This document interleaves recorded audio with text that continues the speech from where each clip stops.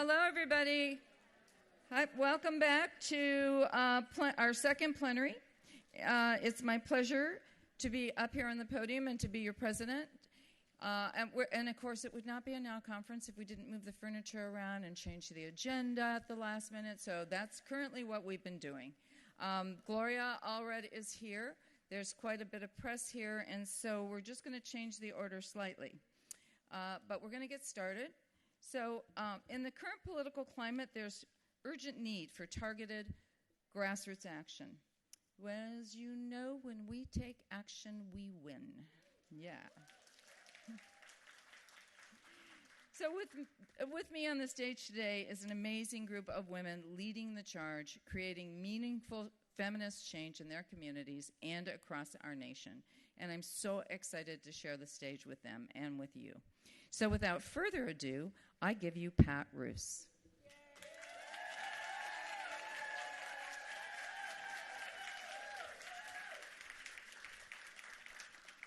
How many of you were in Now and got the furious phone calls from me in 1991 to start working on violence against women? How many of you wish that you'd been there? I was hired by Now Legal Defense Fund to pass the Violence Against Women Act. And because I was young and a Now person, and I was a woman and hear me roar, and I had Wonder Woman bracelets, I said, sure. And there was no really organized national DV or sexual assault movement. And the civil rights movement were suspicious of us. And the women's movement was scared because we were going to ask for $80 million instead of $15 million to go out to the shelters. We were going to ask that battered immigrant women could declare that they were battered and not get 3 doctors and 5 insane asylums. We were doing a civil rights remedy that women had the right to be free of discrimination based on sexual violence. And so there's one woman who stood with me, and when I called her and said, we're doing this wild, outrageous thing, she said, I know, and I'm on board. And her group personifies exactly what we're all about. I want you to introduce you to Esther Solar with Futures Without Violence.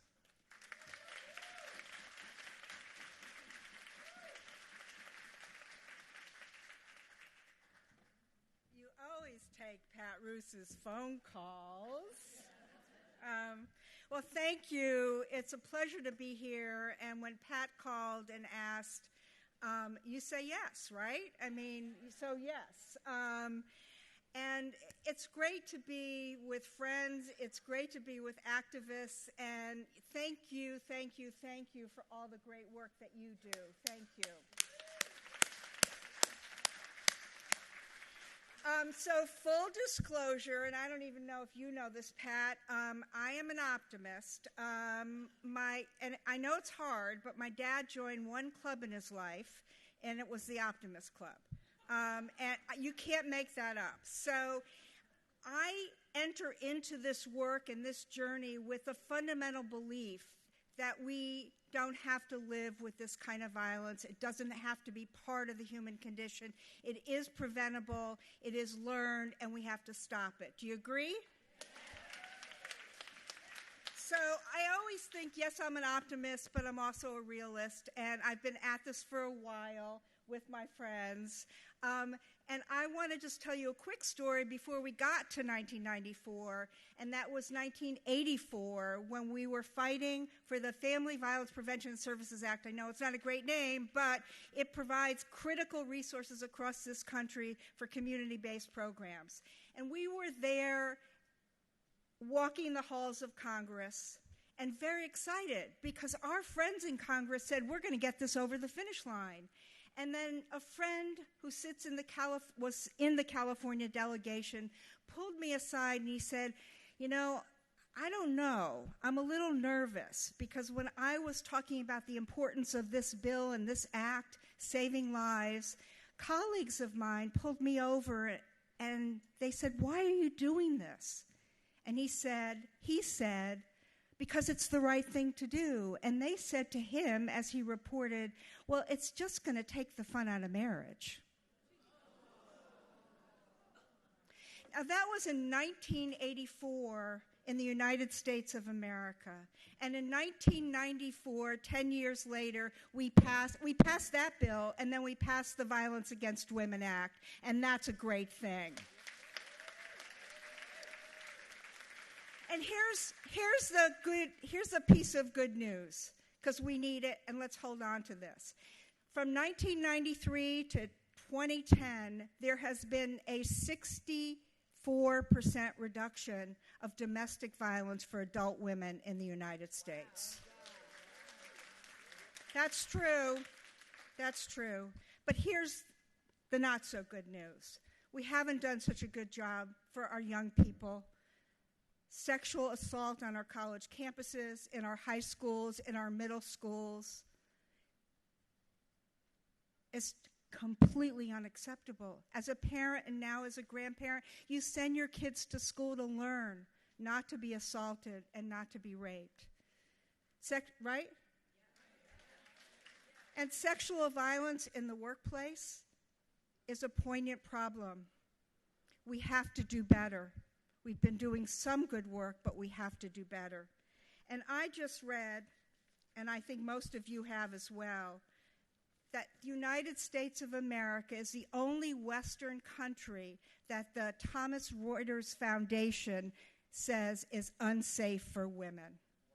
And if you haven't read it, please do. We are up there with Syria, the Congo, Afghanistan. We have to do better. A little less than a year ago, on October 5th, two extraordinary women journalists from the New York Times, they deserve a round of applause, they're going to hear you too, broke the Harvey Weinstein story, and the Me Too Time's Up movement exploded across this nation. And that's a great thing. And on October 5th, this year, we need a day of action. We need to know who's lined up on the right side of history to create the code of conducts and the accountability so that our workplaces are safe. And as we do that work, let's always remember that women and women of color who are in low-wage jobs face Sophie's choice every day. Do I go to work to feed my children, or do I not go to work and not suffer the consequences and the reality of rape and sexual violence? Too many women in low-wage jobs are making Sophie's choice every day, and that's not okay. I think of a word a lot these days, and it's courage. And Maya Angelou always inspires me, as I know she probably inspires most of you in this room. And she said on The Pulse of the Morning, history, despite its wrenching pain, cannot be unlived, but if faced with courage, need not be lived again. So we must show up, we must stand up, we must demonstrate, we must vote and find everybody else to register to vote. And thank you for all you young people who are here today. You're going to help us do that, and we're going to do it well. And if we do that, we will bend the arc of history toward equality and justice. And the optimist in me says, and end this violence once and for all. Thank you very much.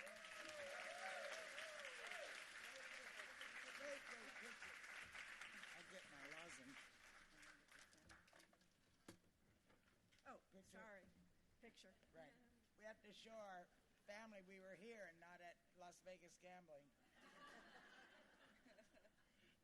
Thank you. Got it? Thank you. Oh, thank you. Thank you, Pat. Thank you, everybody. So, let me move my script here. Just one sec.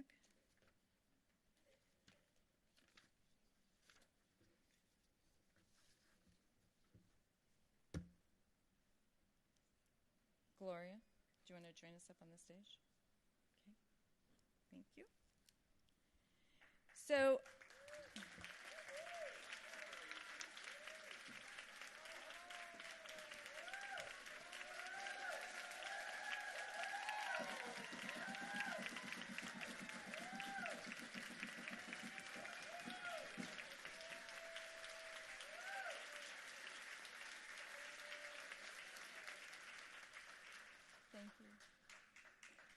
So it is my pleasure to introduce the video clip for Seeing All Red.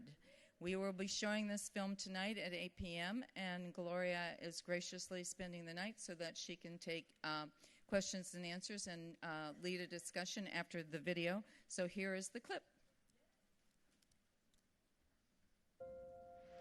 I'm so proud of all of the women who have had the courage to speak out.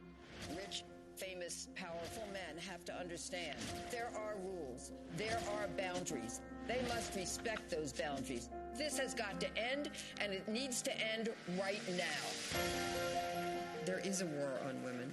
Women depend on me to be strong and to assert and protect their rights. Joining us now, civil rights attorney. Please welcome Gloria Allred. She talked about sexual harassment, race, women's rights, when nobody wanted to talk about it. He thinks no more women will come forward. He is very wrong. Power only understands power. Fighting injustice is a commitment that I made many years ago. She understands what we are experiencing based on what she had experienced herself. What happened to me was absolutely shocking. To this day, I can't even think about it. Is this getting too personal? My commitment to women comes from my own life experience. I have this venom toward Gloria Allred. Wherever you see Allred, you know somebody's lying. That's assault. That is assault. I think Gloria enjoys conflict. This makes her a great champion for us. People say she's loud, she's got an ego, she must just love the camera. She's trying to turn women into men. I think secretly you envy women and you fear them. I just say, haven't you met any men like that? You should use these resources to arrest these fathers who are not paying their child support. If it wouldn't have been for Gloria, Nicole would have always been just that person on the gurney.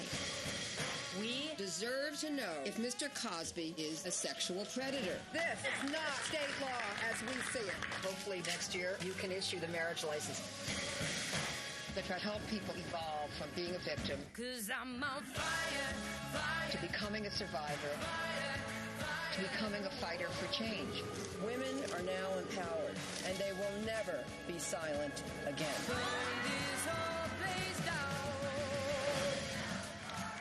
This is where the revolution begins.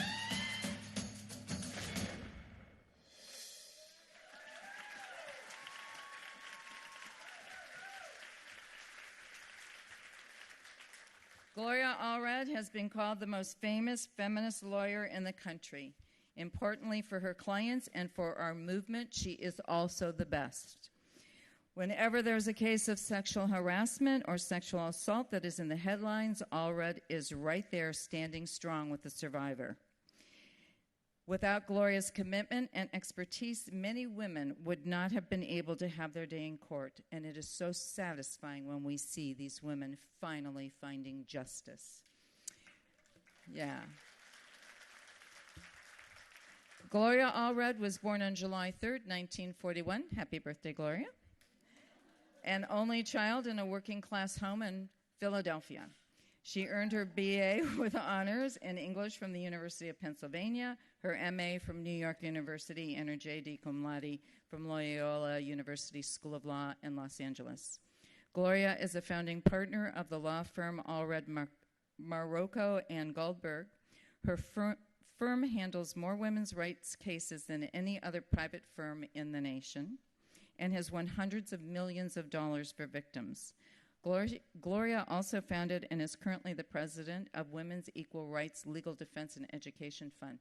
I would be remiss if I did not tell you that Gloria is also a past president of Los Angeles National Organization for Women.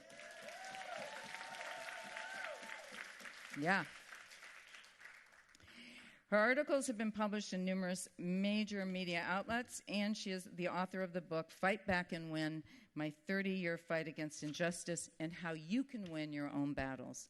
In 2017, Netflix announced Seeing Allred, an original documentary about Gloria and her battles for justice. It launched globally on Netflix in February after its world premiere. We're airing it tonight at 8, and Gloria will be there.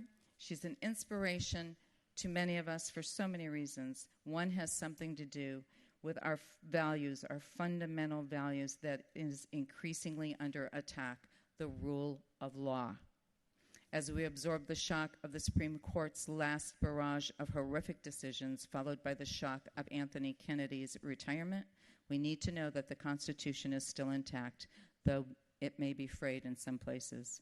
We need to know that furious advocates like Gloria Allred can continue methodically, purposely, and brilliantly to win historic victories and defend brave women who risk everything. We are fortunate to have Gloria on our side, and we're very pleased to award her with our Lifetime Achievement Award today. I give you Gloria Allred.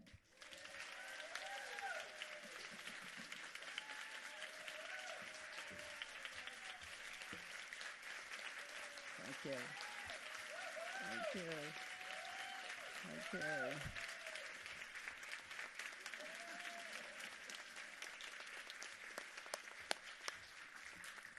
Thank you so much, and I'm just so proud that I was a member of NOW in the 1970s and president of the LA chapter in the 1970s for 2 terms, and just honored to be back here. And thank you so much, Tony, for this wonderful award, and to be here at this critical time with the most incredible activists in the country, right here. This is a crucial time for all of us, as we know, because we know that everything is on the line with President Trump's announcement on Monday of his nominee to fill the vacancy on the Supreme Court created by the retirement of Justice Kennedy. And we know that Roe v. Wade is on the line. We know that Jeffrey Toobin, who is generally very moderate on CNN and a terrific legal commentator and a very renowned expert on the United States Supreme Court, has said that he believes that absolutely Roe v. Wade will be overturned with this newly constituted U.S. Supreme Court. Now, why does that matter? I want to put this in very personal terms because it is very personal to me.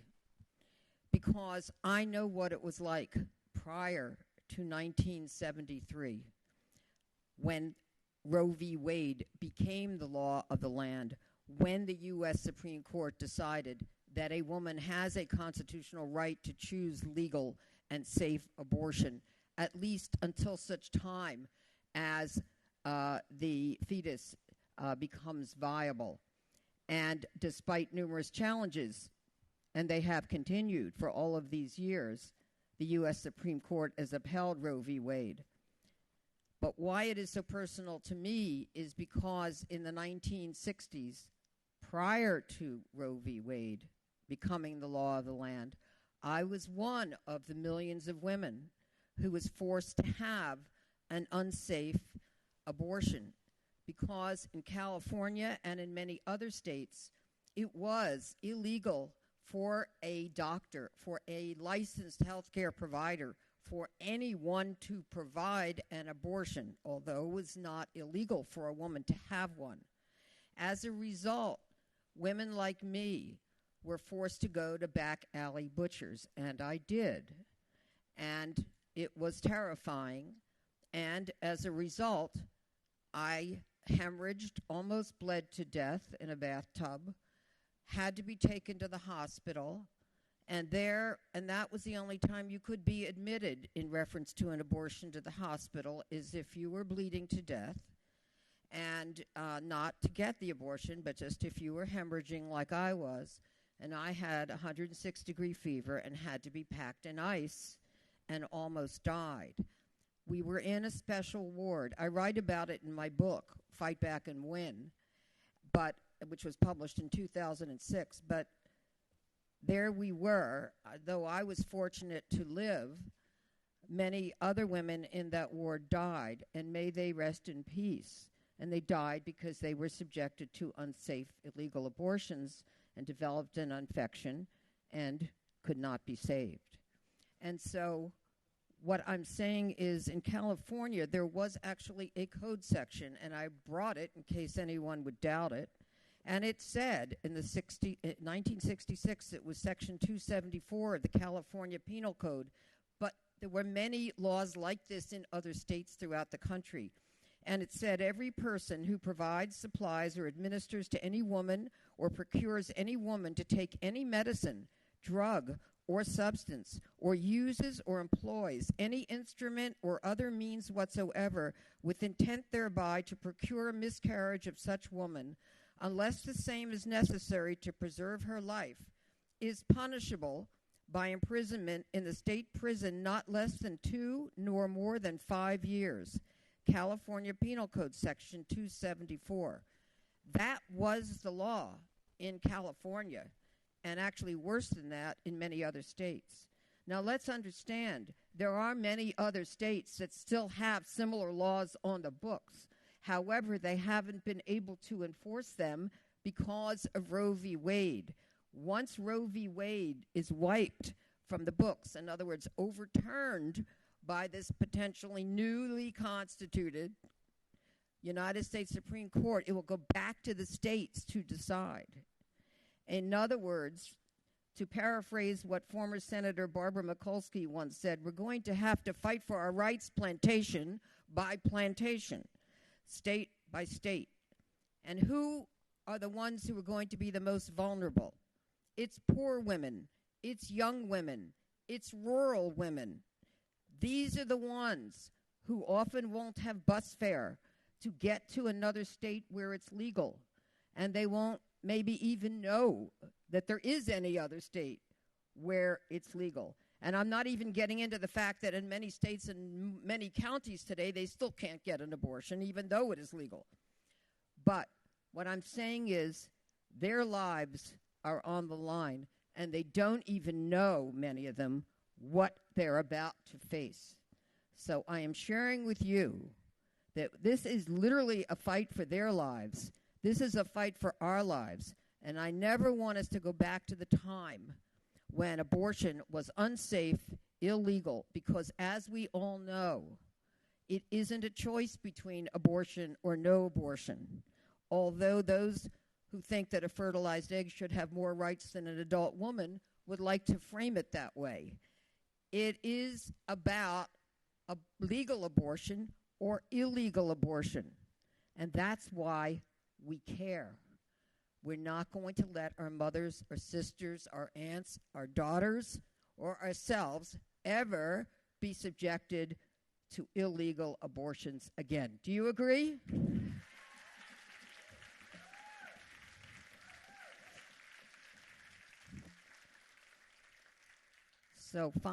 So you'll write, you'll email, you'll march, you'll protest, you'll do all of that. You'll let your voices be heard. You'll get more members for now so that you can do what Mother Jones said.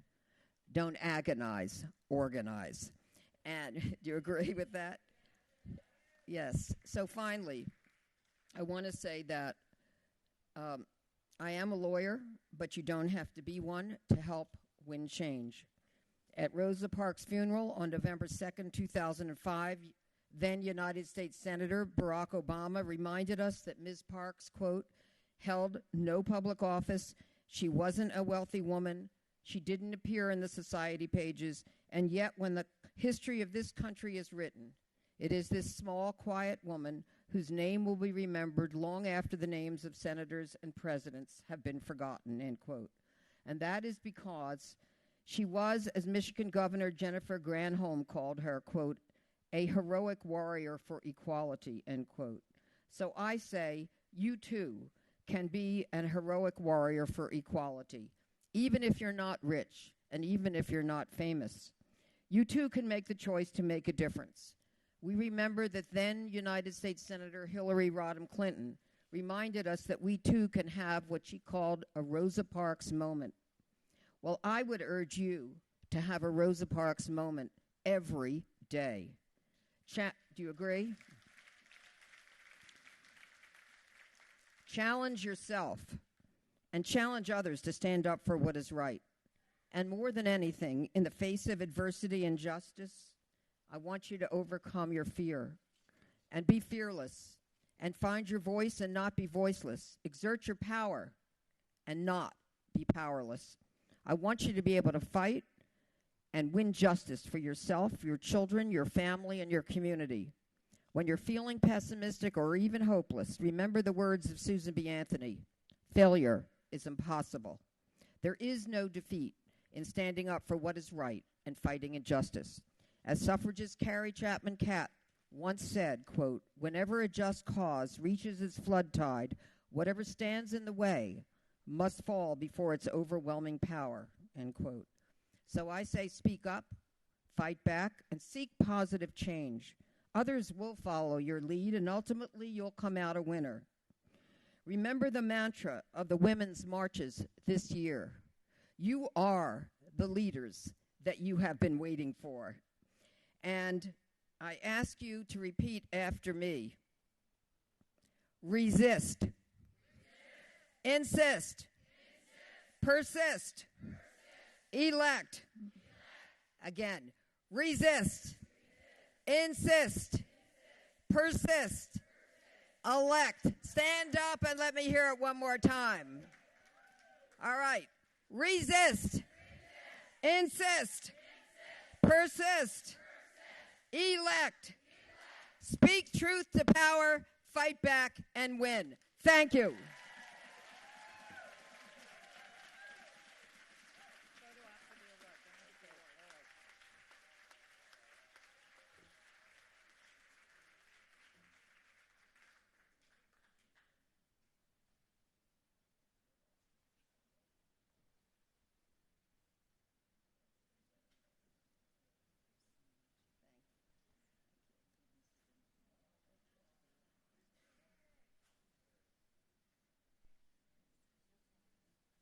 Last thing, President Trump, Me Too is alive and well. Keep your hands off Elizabeth Warren and every other woman and her daughter.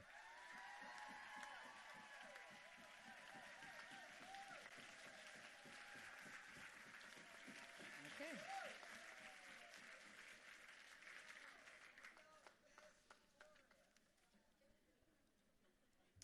Thank you so much, Gloria. You are awesome. Just awesome. Okay, before I forget, I'm supposed to say to you all, first of all, we have LaDawn in the back of the room who has fabulously been live streaming our plenaries all day today. Look, he's shy. And please go to, and so we're on Facebook Live, and please go to the Now Facebook page and just start tweeting and say all the wonderful things that you know how to say. Okay, so next we have Haley Margolis, who's going to be introducing one of our strong, long-time, fabulous feminists. Haley?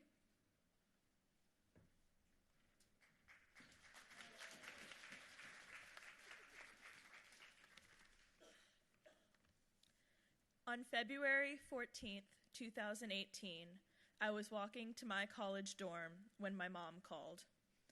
She told me there was a shooting at my cousin's high school in Parkland, Florida. This was the bone-chilling moment, the moment gun violence reached my hometown and endangered my family. I was lucky. My cousin survived and went home to hug his family that night. Our next speaker was not one of the lucky ones. On February 14, 2018, Ethel Guttenberg lost her granddaughter, Jamie Guttenberg, to the Marjory Stoneman Douglas High School shooting in Parkland, Florida. Ethel and I are from the same grieving community. Jamie was a competitive dancer at the same studio my younger cousin dances at.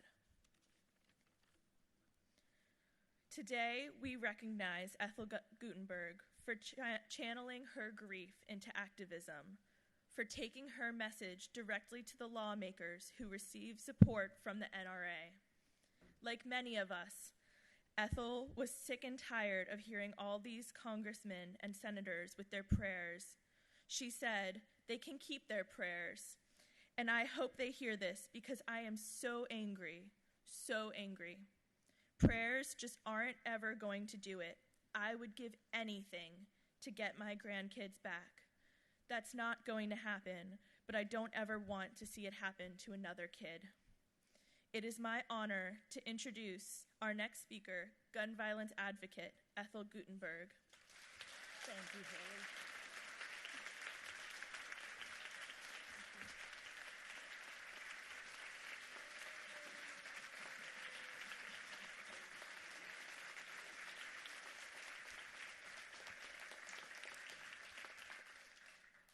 I have to say first, it never gets easier. Every day, it just doesn't get easier. But one of these days, it's going to get easier when some of the terrible, terrible people that we have in Congress are fired, and some of the people that some of us are working for are elected.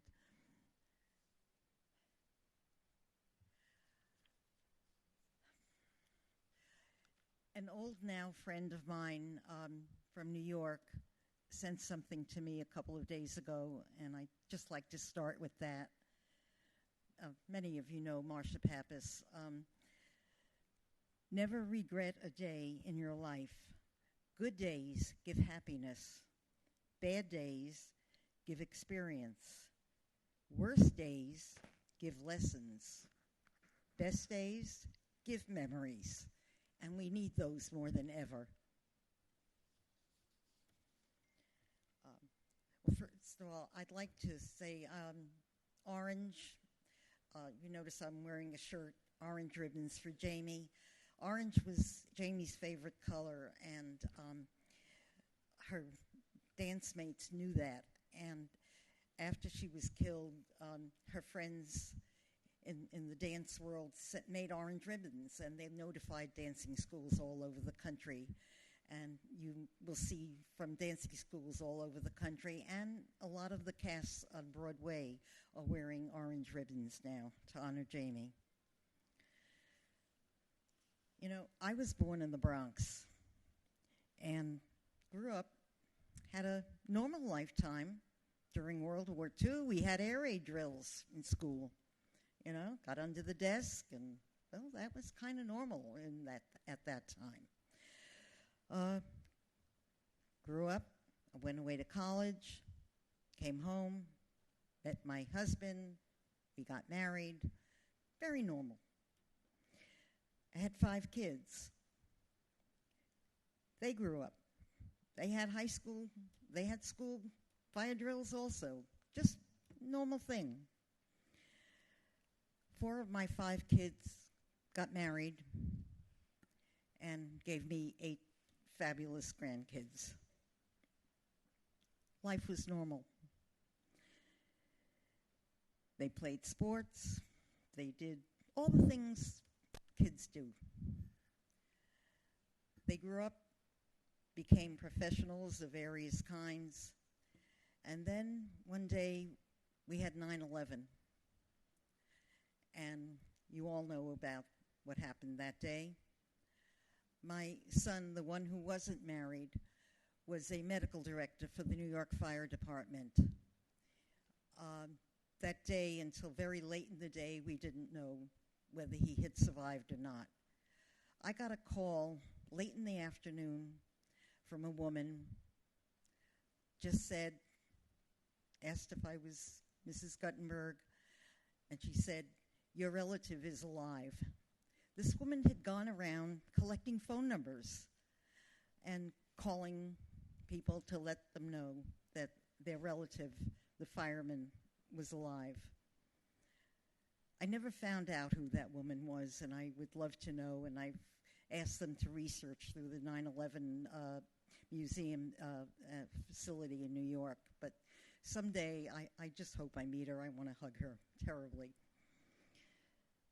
Well, you know, Michael survived that day.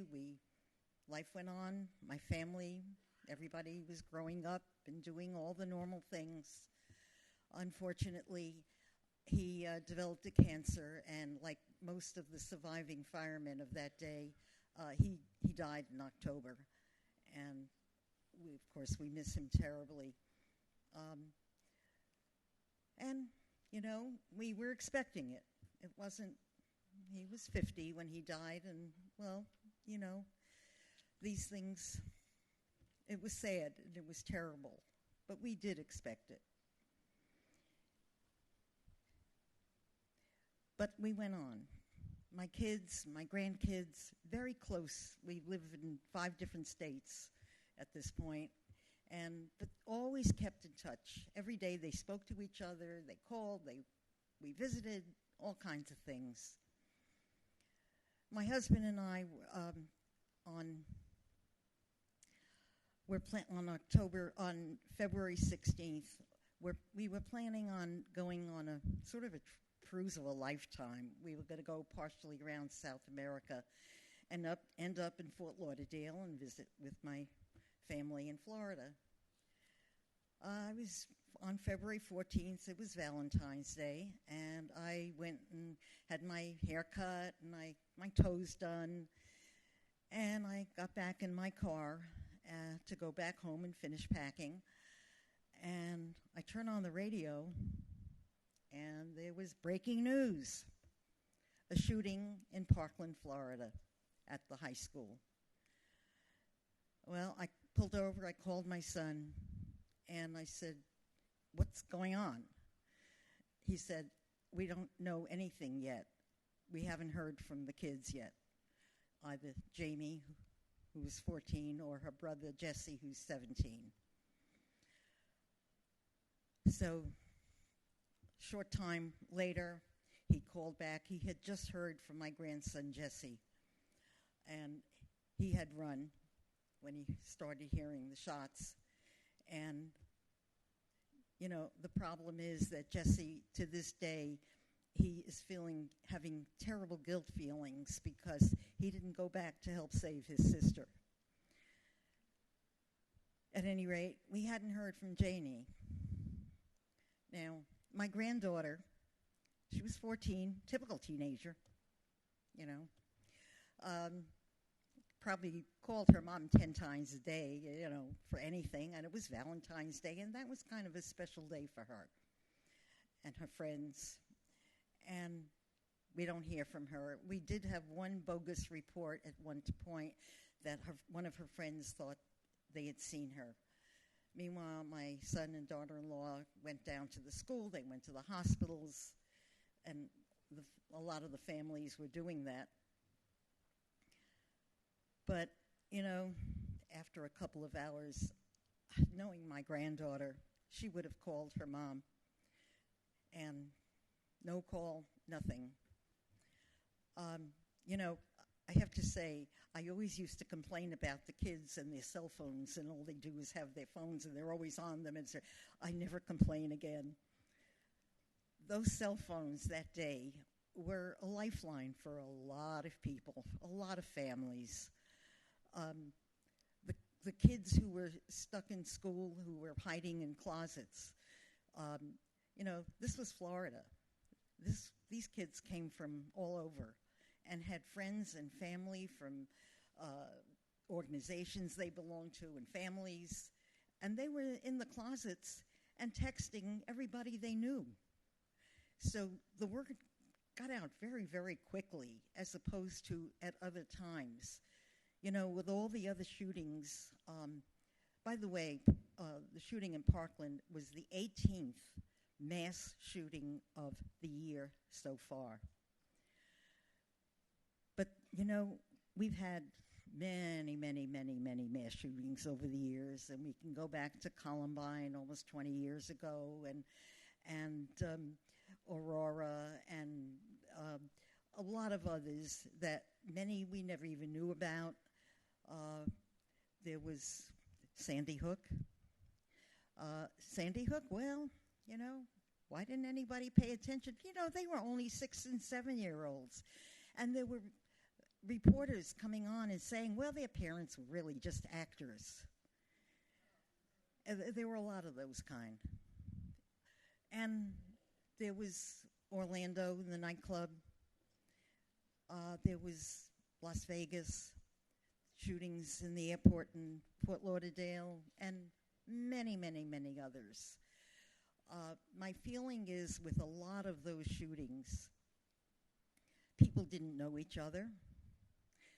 And as I say, in Sandy Hook, it was only 5 and 6, 7-year-olds, you know, and nothing happened. There were prayers, They were all kinds of nice statements, but no action at all. Now we get back to Parkland. First, I'd like to tell you a little bit about my granddaughter. She started dancing when she was 2 years old. She could barely walk, but she was going to be a dancer, and she knew it at that time.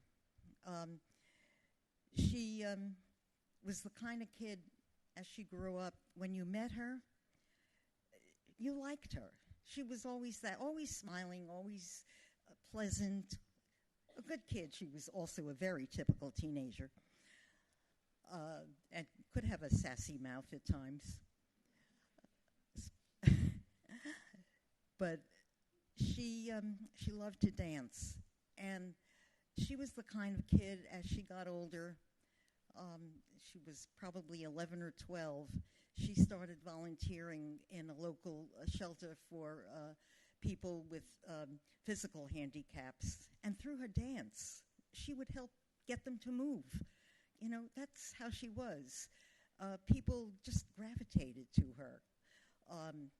She dreamt of being a pediatric physical therapist. Her mom is a pediatric occupational therapist, and that was her goal in life. She was beautiful. If there are some pictures up here. You see that leap? I have to say, there were some people who said to me, well, you know, she could have been killed with a knife. Do you see that body? She would have destroyed anybody coming at her with a knife.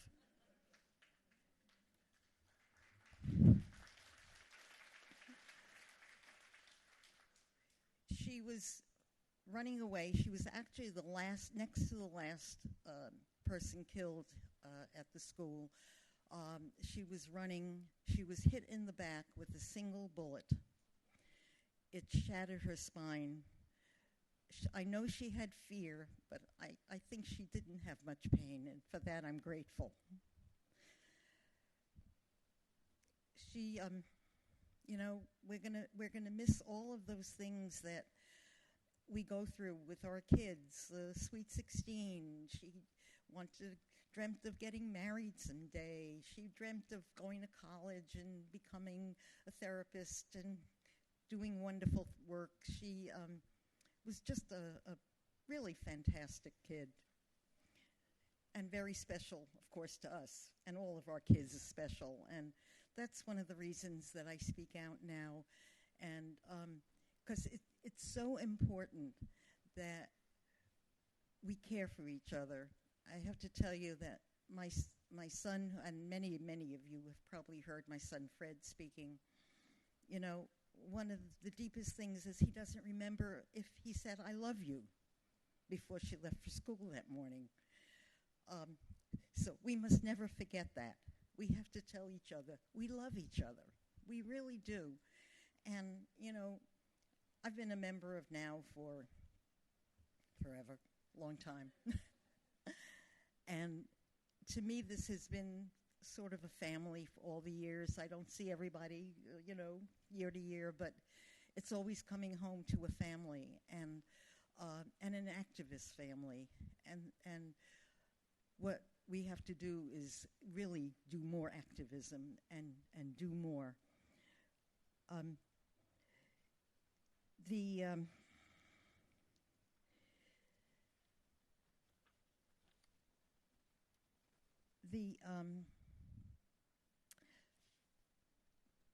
What went wrong?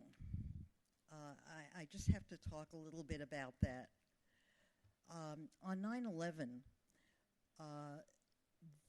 there was almost no way to communicate between the police and fire departments.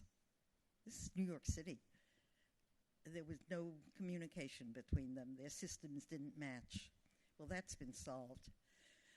By the way, if you live in New York and you ever have to have EMS, the emergency medical service, the fire or police department, chances are my son trained them.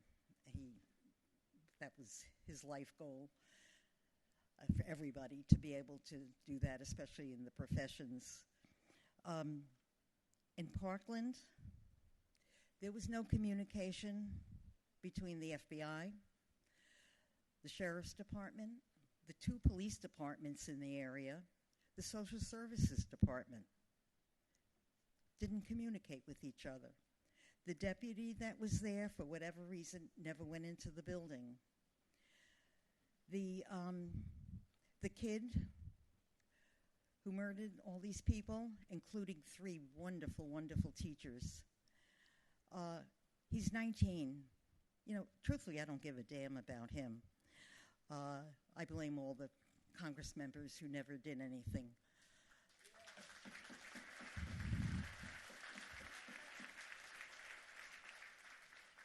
He wasn't old enough to buy a 6-shooter, but he was old enough to buy an assault-type weapon.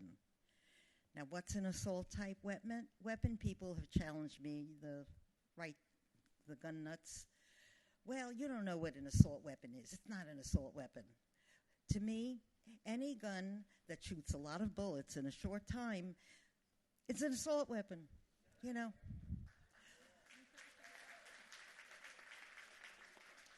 The kinds of bullets that are used in this gun, they literally explode on contact. You know, I don't want to be gross, but I understand some of the kids they had trouble identifying who might have been hit in the head.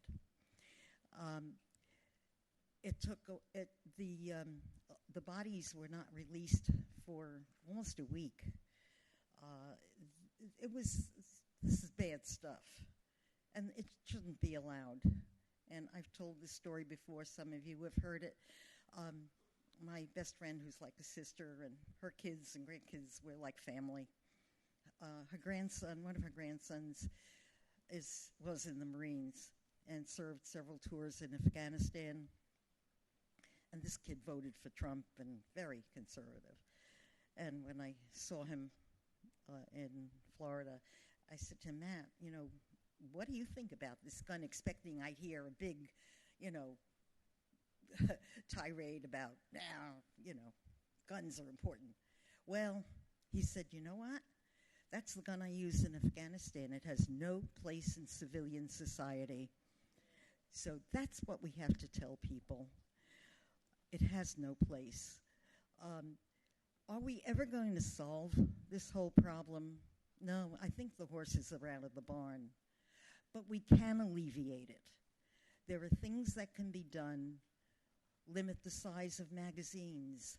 Make sure there are red flag laws that Democrats in many states, including Ohio, have proposed.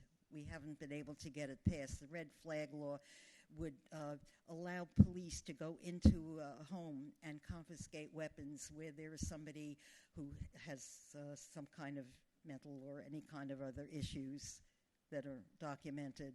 It would help, like in the case of the shooter in Parkland. Had there been a red flag law, that would have allowed the police to confiscate weapons, not allow him to buy them. There are age restrictions. There are all kinds of things that can be done. Now, few communities have done just a couple of things. In Cincinnati and Columbus, Ohio, the city council and the mayors have signed it.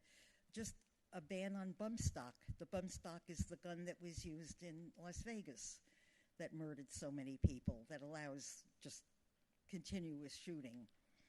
I think it's in Boulder, Colorado. They have passed a red flag type law. So we've got to make sure in our own communities, I mean, we may just have to do that piece by piece, but it will help. We do need national laws. We need our Congress members to really stand up and act. Now, on a personal level, in Cincinnati, one of the Congress members actually had the temerity to write some pretty insulting things about me. I mean, I wasn't a constituent of his, and I think he caught quite a backlash for it.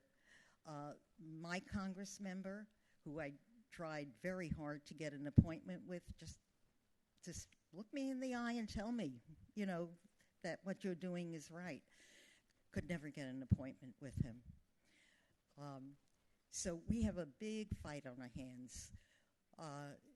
The important thing is, when I joined NOW, there were two big issues on my mind. One was abortion, one was gay rights. Well, guns, that's my big issue now. And I have to say that for those people who are going to do the right thing on guns, 99.9% of them are also good on the other issues that I care about. So, we can have the whole package if we can elect the right people to Congress.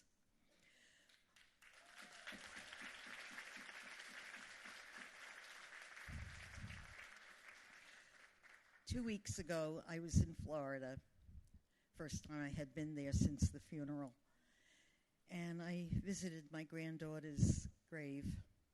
And I spent about a half hour talking to her, just telling her what I was doing and sort of asking her approval and saying to her I hoped that she and her Uncle Michael were together and, I would feel better. And I just spent a long time talking to her. And, as I started to walk away, I mean, of course, I'm hearing things at this point, and all I could hear was, "You go, Grandma." Thank you. Thank you so much. Thank you.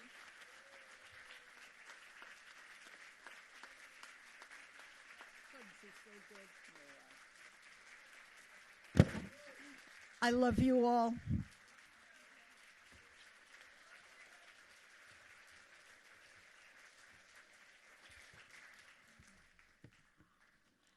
Words fail me. So now I'd like to introduce Emmeline Brown, who will be introducing Jennifer Reich.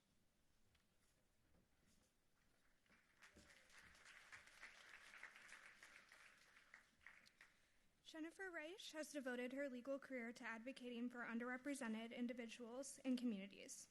Jennifer is the legal director of Equal Rights Advocates, or ERA, a national nonprofit civil rights organization.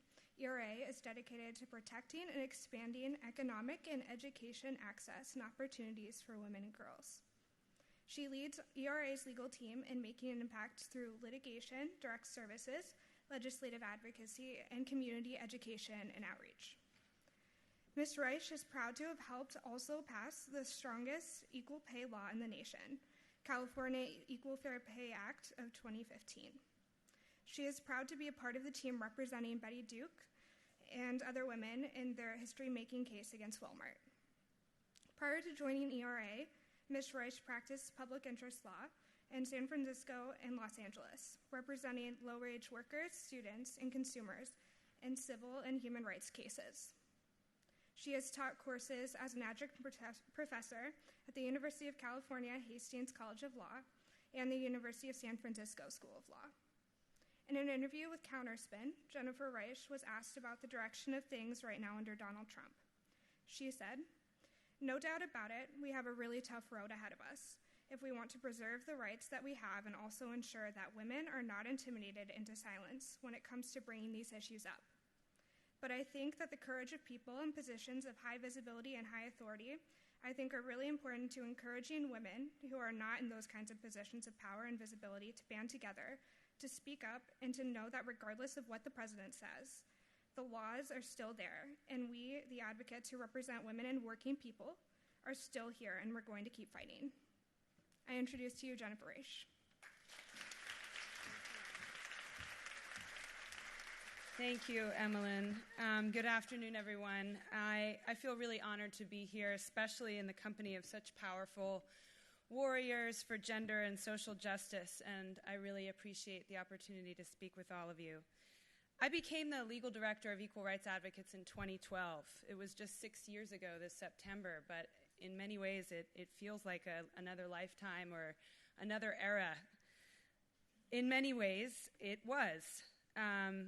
We have seen over the past, especially the past couple of years, nearly 2 years now, the rise of a reactionary force that is really putting a full frontal attack on our civil, political, economic, social, reproductive rights. And it's up to everyone in this room to stand up and resist and persist and elect, as Gloria Allred said.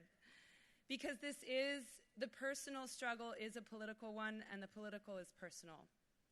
And Ethel Gutenberg and her story is a perfect illustration of that.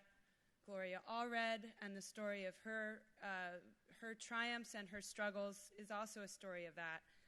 And behind every loudmouth, insistent, persistent activist, you'll also find stories of exclusion, of injustice, of discrimination that they carry with them. And I carry them, and everyone in this room, I think, carries one too. Equal rights advocates, or ERA as we often refer to ourselves, has been around for a lot longer than I've been there, of course. In fact, it was started in 1974 by a small group of radical women lawyers, all members of NOW, I am positive, who had recently graduated from Berkeley Law School and had cooked up this idea of launching a feminist public interest law firm in the Women's Lounge, which they commandeered. I believe the story goes that they had to push out of the way the fainting couch that was in the Women's Lounge of Berkeley Law School at the time in order to take up shop there and cook up their plan. They went on to found ERA and really take on some of the highest impact litigation in the history of feminist civil rights law. They fought all the way up to the Supreme Court. They fought for the radical idea that discriminating against someone based on pregnancy is discrimination based on sex. And they lost that battle at the Supreme Court, but they won the war when we passed the Pregnancy Discrimination Act of 1978. And all along the way, they knew that it was just as important to foster the next generation of feminist advocates, so they made their law firm a teaching law firm. And over the years, law students, men, women, have come through ERA and been trained not only in how to advise and counsel and effectively represent workers and students who are facing discrimination, exclusion, and marginalization, they've become part of this movement. And ERA co-counseled, always worked in coalition with others. We co-counseled with civil rights organizations to open up whole new fields that had been closed off to women and men of color. We opened up the San Francisco firefighters, the fire department, to women, and years later I was there when the first woman chief became the head of that department. We opened up construction jobs, and we continue to advocate for access and opportunity to women in the trades. And ERA lawyers were at the forefront of litigating Title IX cases from the very beginning. When Title IX was passed in 1972, it was really almost unenforced for the first 10 years that it was on the books. But ERA fought and led appellate briefing in the first case against Yale University that established that sexual harassment was indeed a form of sex discrimination under that law.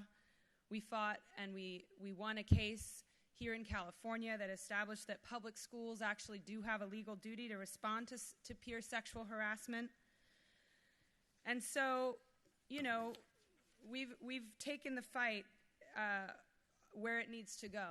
And today, litigation still remains a really important tool in the toolbox of social justice warriors like us and of all of you, because we know that it is important in the ongoing struggle to protect and expand access and opportunities for women and girls in education and employment. And it's especially important now when all of us, but especially women and girls of color, people who identify as LGBTQ, and immigrants, are facing this full frontal attack on our hard-won civil, economic, reproductive, and political rights, because they're all interconnected. In 2017, in September of 2017, Secretary of Education Betsy DeVos, cue this here, yes, very good, thank you, announced that the Department of Education that she was appointed to lead, was rescinding important guidance that had been around since 2011, that was developed after painstaking research and a lot of activism that had helped schools and universities address sexual violence on campus, which, as Esther referred to, is still at epidemic levels.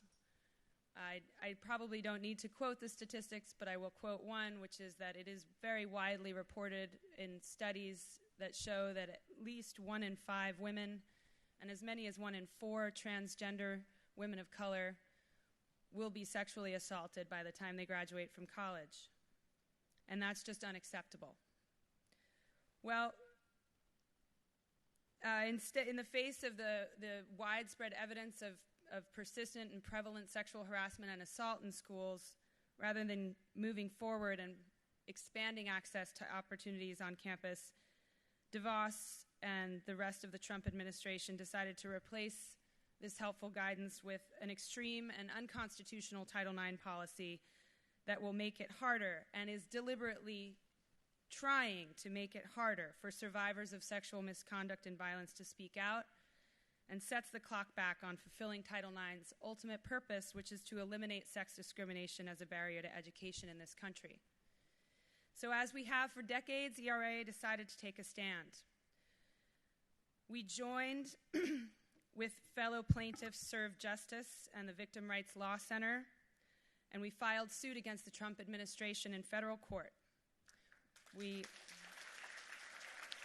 sued them this year to stop and vacate that discriminatory and unconstitutional policy that was guided by baseless and discriminatory stereotypes about the credibility of women and girls who report sexual violence.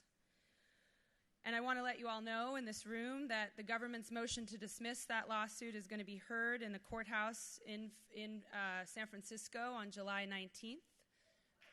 And we are preparing for arguments, and we are preparing to have a press conference where actually one of our clients, a survivor of sexual assault from college in California, will speak. And a packed courthouse would be pretty fantastic, and it would really send a strong message that policies that are guided by sexism about women and girls who report sexual assault will not stand. And we're really proud, thank you, we're so proud to join this effort to hold the department accountable for its discriminatory actions, which ignore fact and undermine the very laws that it's charged with enforcing. Our participation in this suit is my organization's way of saying to women and girls across the country that we have your backs, even if the U.S. government doesn't. And we're stepping up our efforts to support gender justice at work and in school and many other ways, because we know that the issues of sexual harassment and sexual violence are connected to economic justice and economic security. You can't have the latter without getting rid of the former. And we know that when you come for one of us, you come for all of us. After they announced the rescission of the Title IX policy, we were not surprised when we learned of last week's decision to roll back decades worth of affirmative action policies, the greatest recipients of whom, I will remind everyone, has been white women. Because all of us know that sexual harassment, whether it takes place in school or at work, it's not new, and it's not really about sex. It's about power. And we've seen extreme abuses of power against women for centuries. In its earliest form in the United States, black women in slavery were subject to extreme forms of sexual harassment by being raped and coerced into sex with their masters as a condition of employment. Of course, we didn't recognize it as real employment. But sexual harassment was used to subjugate women and maintain white supremacy and in an unfair economic system, and unfortunately, it still is. Today, we still see widespread sexual harassment and retaliation, especially against low-wage and marginalized women workers, disproportionate numbers of whom are women of color who are working full-time and often in more than one job to make poverty wages. 2/3 of minimum wage workers in this country are women, and a very large percentage of those women are women of color. It's not surprising then that the wage gaps that we see between Latinas and African Americans and white men in this country, and even in this state of California where we have some very progressive laws, are wider than they ever were for women overall when the Equal Pay Act was passed in 1963. So that's why ERA has been joining with women, and especially with the low-wage immigrant workers who are standing up to say enough, ya basta, to workplace sexual harassment and rape on the night shift. We helped to found and participate in a coalition made up of wonderful folks from Futures Without Violence, the SCIU, and other worker advocates and anti-violence organizations to support the movement of immigrant women janitors who rose up in 2016 to say that they would not stand for sexual harassment anymore. They insisted on putting strong protections in their collective bargaining agreement, and after a 5-day hunger strike, succeeded in getting Governor Brown to pass a strong anti-sexual harassment and prevention law in place that will hopefully help the 200,000 plus janitorial workers around the state. We, in 2014, ERA started to form, and starting in 2015, we have chaired a coalition of advocates and coalitions from around the state called the Stronger California Advocates Network. We take a multi-pronged, holistic approach to women's economic security by advancing policies that will help to increase fair pay and workplace justice, family-friendly workplaces, increase access to childcare and affordable early childhood education, and fight poverty. And we're also demanding changes, while we're demanding changes to law and policy, we're also supporting the efforts of workers themselves to come together and lead the efforts to change workplace culture, because we know that that's where the problems live and that's where they're going to be solved, in communities and in workplaces across the country. So we have a slew of bills that we launched this year, that if you look up under the hashtag Take the Lead, you'll find all the bills that we are pushing in the California legislature this year that will increase protections against discrimination and harassment on the job. And you can also, by the way, if you're interested in getting action alerts about what's going on with the different bills that we're helping to push up in California or at the national level through our Equal Pay Today campaign, you can sign up for those on our website, or you can come talk to me. And, you know, it's really important that we keep in mind that as I said before, all these issues are connected. Fighting sexual harassment on the job is an economic justice fight as much as it's a feminist fight. And that's why we're fighting to close the gender wage gap by reforming and strengthening and enforcing our laws against discrimination all across the country. As was mentioned before, we worked in 2015 to help introduce and pass the Fair Pay Act, which really substantially changed California's equal pay law for the first time since it was enacted in 1949. We've seen that it is, together with changes made in Massachusetts and New York around the same time, it has inspired an incredible upswing in legislative efforts at the state level. Over the past 3 years alone, lawmakers in more than 2/3 of the states have introduced legislation to strengthen their laws to ensure that workers receive equal pay for equal work and make sure that the protections under existing laws can actually be enforced, because we know that you can't fix what you don't see, and anyone, including Lily Ledbetter, would tell you that if you are working in a place where you're not allowed to talk about pay and where it's taboo to even ask what someone else is making, you're never going to uncover the injustice, and you're never going to be able to fix the problem. And that's a really big issue because the wage gap costs billions of dollars every year. And that's dollars that women could be spending on rent, on food, on utilities, on saving for college, on saving for retirement. And when we fail to address wage inequality, we are really depriving a whole generation and multiple generations of women and families of economic security.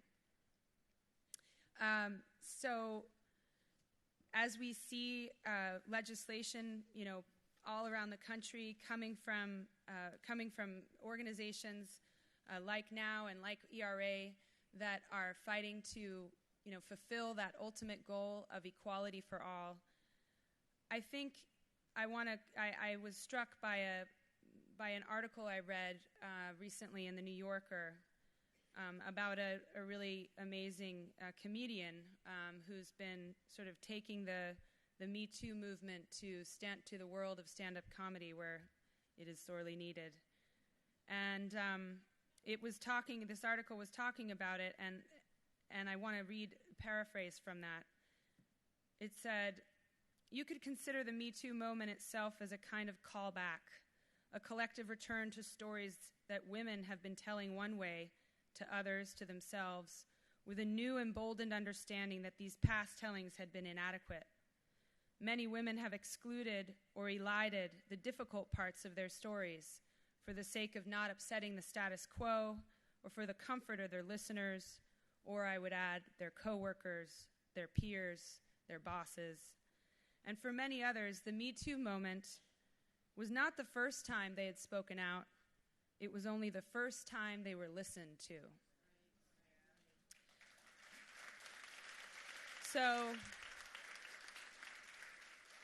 So let's not stop with listening. Let's take action together. Let's move from Me Too to We Too. Let's think outside the box, be bold. Let's support one another and hold one another. Let's lift up the voices of those who've been screaming from the margins for far too long. Thank you very much.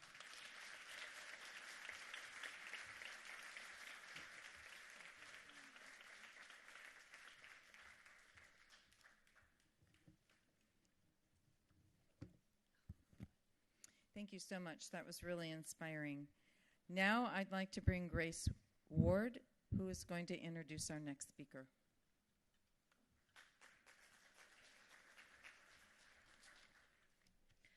While the sexual harassment stories of high-profile women often capture the headlines, the everyday abuse suffered by low-wage workers in the service industry largely goes unnoticed. In the male-dominated institutions that employ these workers, women are still not supported or believed. Nareda Soto became active in Unite Here Local 11 when she realized that sexual harassment was an incredibly common, if not universal, problem in the workplace, yet it had been completely neglected in hotel worker and server training. Unions and women's activists alike know just how to push against entrenched power structures and demand our rights, but we can't do it without the generation of young activists like Nareda. In April, Nareda participated in our Enough is Enough summit and congressional briefing and was on our panel about organizing women to fight back against sexual harassment in the workplace. Her work is making a tremendous difference to women who are increasingly marginalized and ignored by those in power. It is my honor to introduce to you Nareda Soto.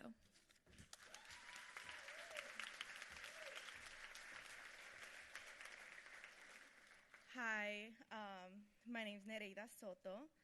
I'm very honored to be here, and I just want to start off with this. Something I noticed. May I have all of the women of color stand up, please?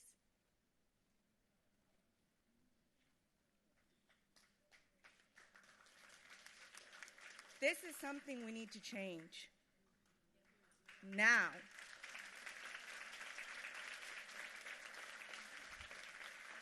I don't know if anybody else is angry about this, but I am. You know, and I am proud to be on this panel, but I also am concerned that I am the only woman of color.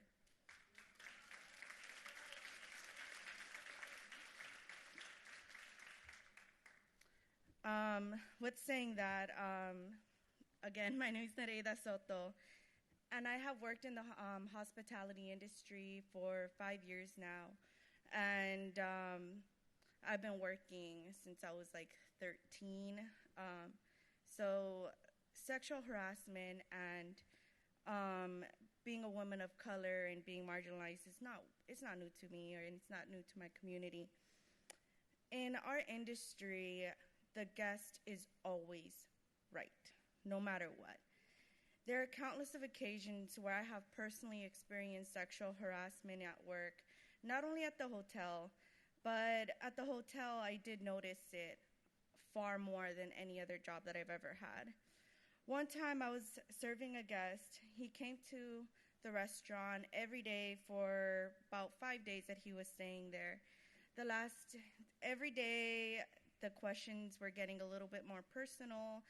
And the last day, when I finally when I got his check, he gave me his room key with his check, and he said, "You must look really good outside your uniform. You should come and show me."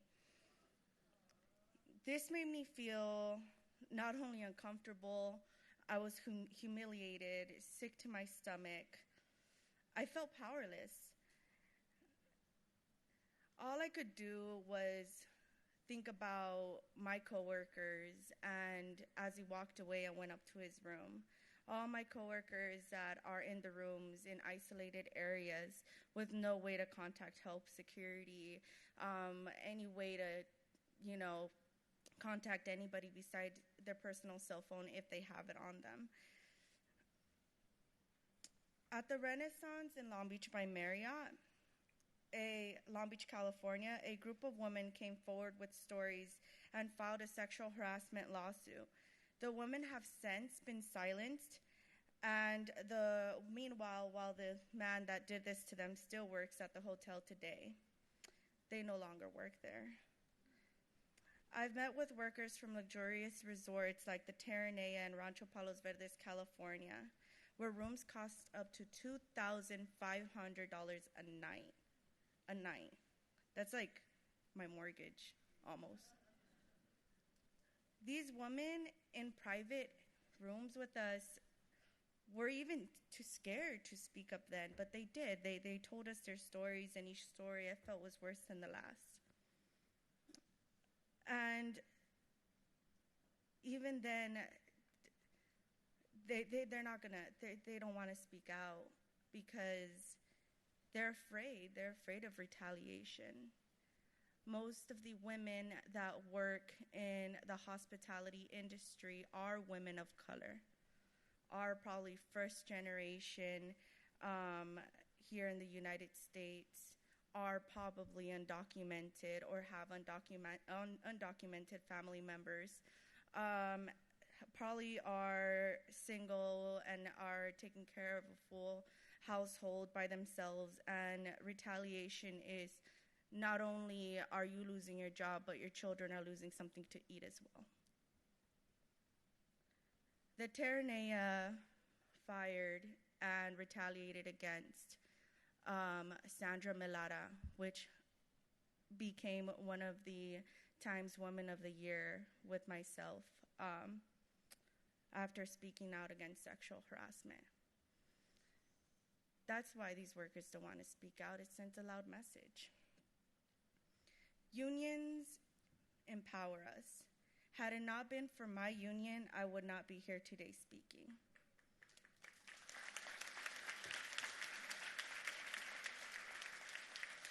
Organizing non-union workers is the most powerful tool women can use to fight back and stand up against sexual harassment.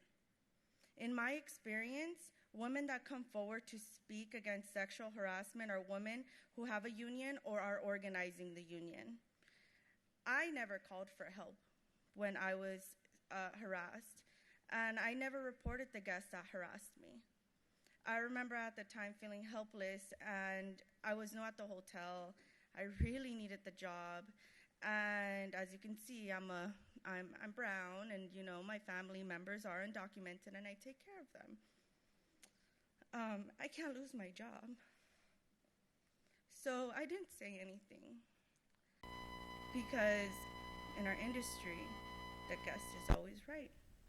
And we are taught what to do when a coworker sexually harasses us or a manager, but we're not taught what to do when a guest sexually harasses you, because we are part of the package, right?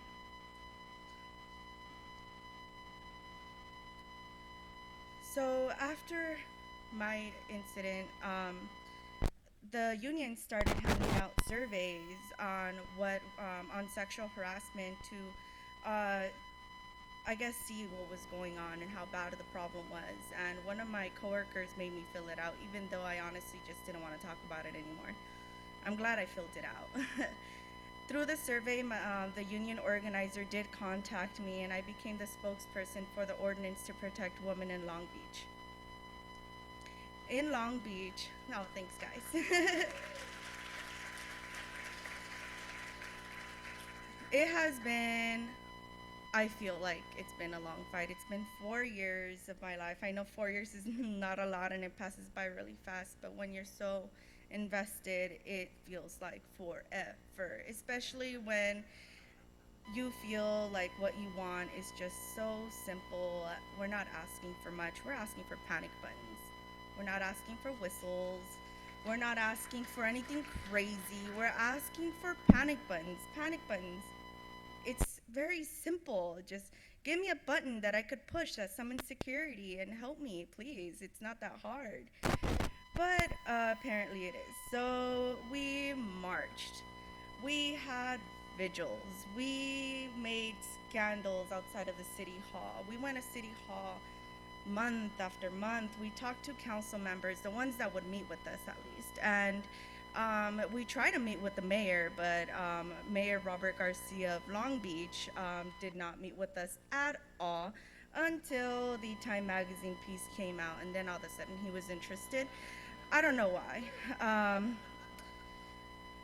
But we did. We fought, and we put one of the council members presented our law for a vote, and it was turned down 5-4 in Long Beach, California. It was heartbreaking. It really was. I still cry because it hurts. It makes me so mad because the people that they're supposed to defend, they didn't defend. And these women are women of color that look just like me, and they don't deserve that.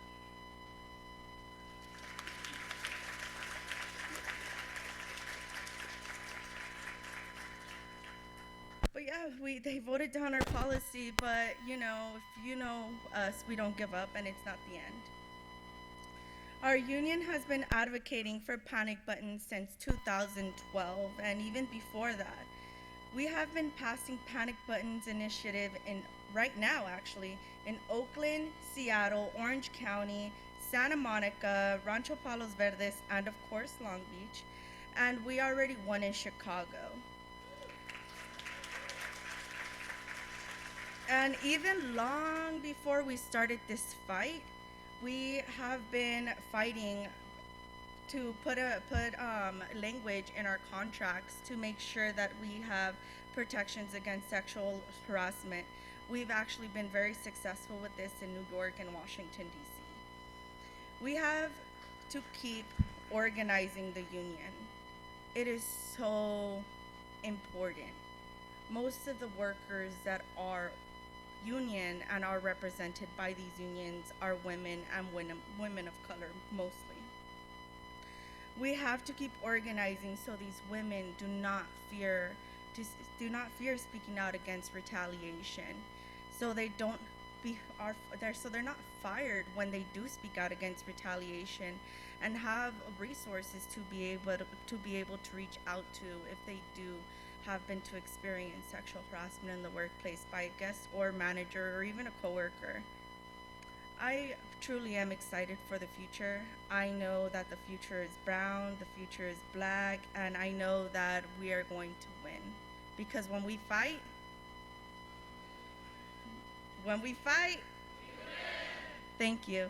Oh, before I go, I do have, because, you know, we're not a union that organizes without organizing, right? I do have pledges, so I will hand those out after. Thank you.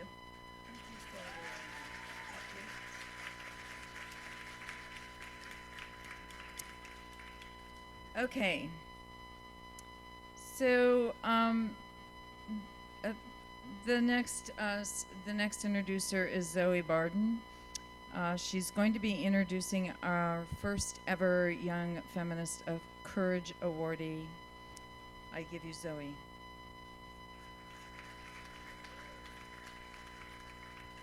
Hello, my name is Zoe Barden, and I am the chairwoman of the Young Feminist Task Force. I am here today to introduce my new friend, Mariah Engdahl. We are inspired by Mariah Engdahl, this year's recipient of the Young Feminist of Courage Award. Mariah is a 16-year-old gun reform activist from Gillette, Wyoming. After the recent school shooting in Parkland, Florida, Mariah decided to join the nationwide movement advocating for gun control, despite living in a conservative town where her views are shared by few. An article in the Washington Post described Mariah Engdahl this way.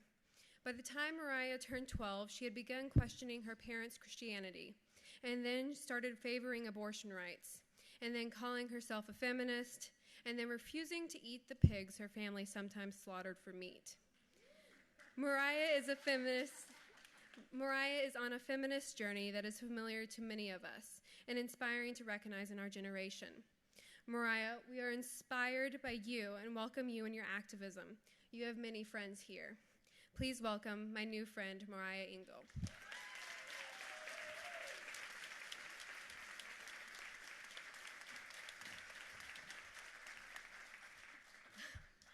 Hi, it is such an honor just to be here in the same room as such inspiring and impactful women, let alone to be accepting an award from you guys. That feels absolutely crazy to me. So thank you so much for the interest that you've shown in me and in rural activism in general.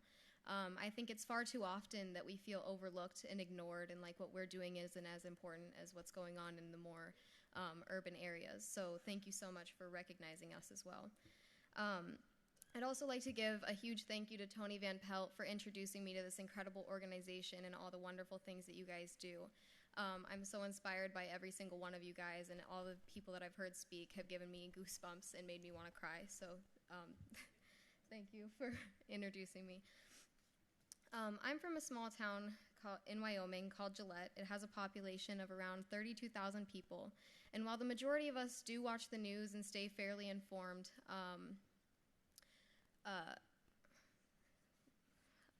it's very often that we feel separate from the things that are displayed on the news.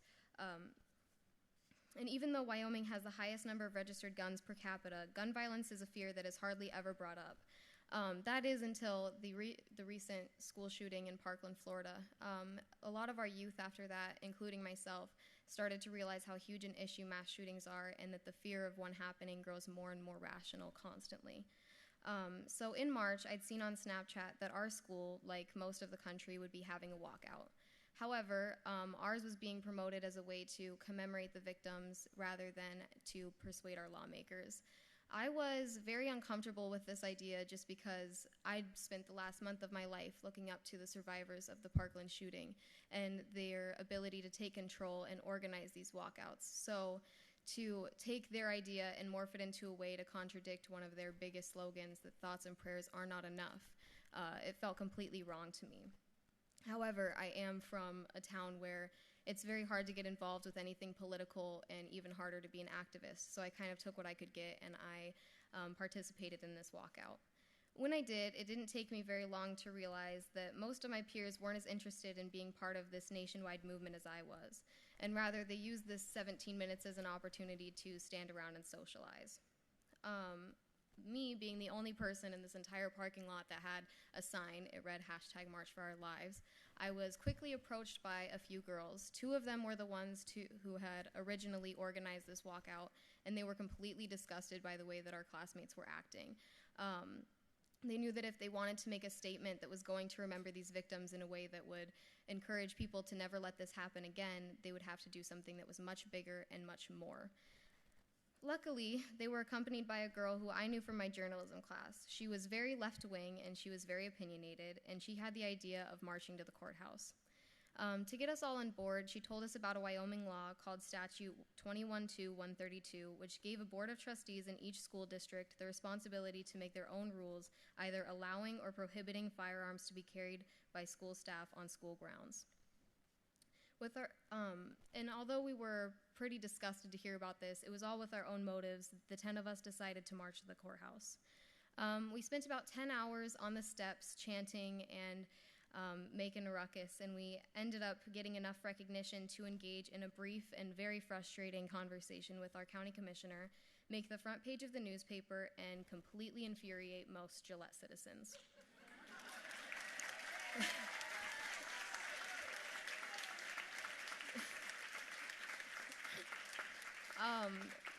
One Gillette citizen who was particularly annoyed by our march was actually my dad. When he came home after hearing about it, he was so mad that there was really nothing that I could do to get him to listen to what I was saying. He accused me of being a fad follower, and he questioned just about every single thing that I stood for. And while this was very infuriating for me, it made me question myself as well. Being from an area where I'd only ever really been exposed to responsible gun ownership, I didn't want to see guns banned, and I still don't want to see that. But growing up in a time where mass shootings were so common to the point where it's not even shocking to hear about them anymore, I wasn't comfortable sitting by and doing nothing. So I started by educating myself. I spent hours in front of my laptop reading and questioning everything. I completely rebuilt my opinions, and even though I still believed close to the same thing as before, my beliefs were now based off of moral and fact and less off of the opinions that I had seen others believing. I came to believe that the most realistic laws that I would like to see implemented included universal background checks, prohibition on private sellers, required registration, and a complete and total ban of bump stocks or any other accessory that could turn a semi-automatic weapon into an automatic one. Throughout all of my research, there was one law, however, that stuck out to me because it terrified me, and that was Statute 21-132. Right as I was learning about it, I had actually discovered that a county near me was currently in the process of implementing their own version of armed teachers. I knew that as soon as this was finalized, the conversation in Wyoming would be completely changed and that it wouldn't be long before the Board of Trustees in my county started to consider something similar. So I knew that I wanted to speak with them as soon as I could to encourage them to continue labeling our schools gun-free zones. Initially, the group that I had walked out with on that first day wanted to speak with the school board as a group. So one day after school, we all met in a Starbucks, and as I listened to them talk, I began to realize that their ideas were pretty different from mine. They strayed from talking about the school board, and instead they ranted about how much they hated guns and everything that they stood for. While they did, people at other tables glared at us, and I realized that if we ever wanted to talk to these people and convince them of anything, or really anyone in this town, then we would have to be so much less harsh.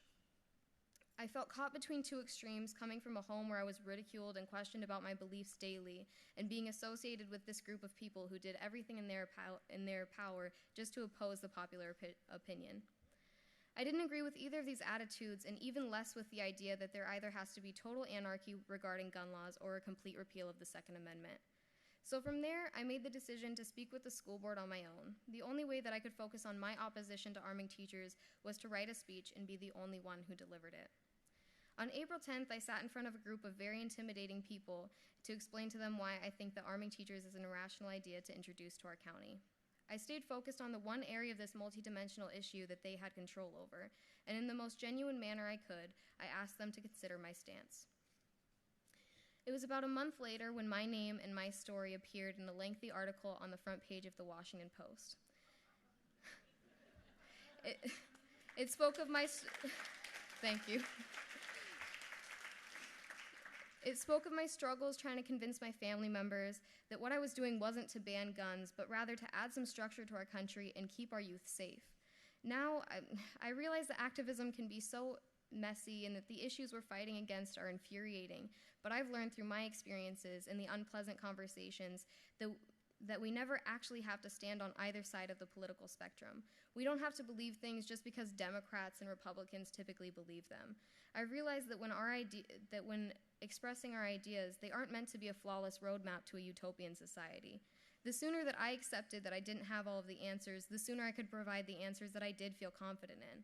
So when introducing people to a new way of thinking, please try to keep in mind that all of our ideas, opinions, and oppositions are meant to be shared and explored and eventually contribute to the compromise that will fit all of our needs best. Thank you so much.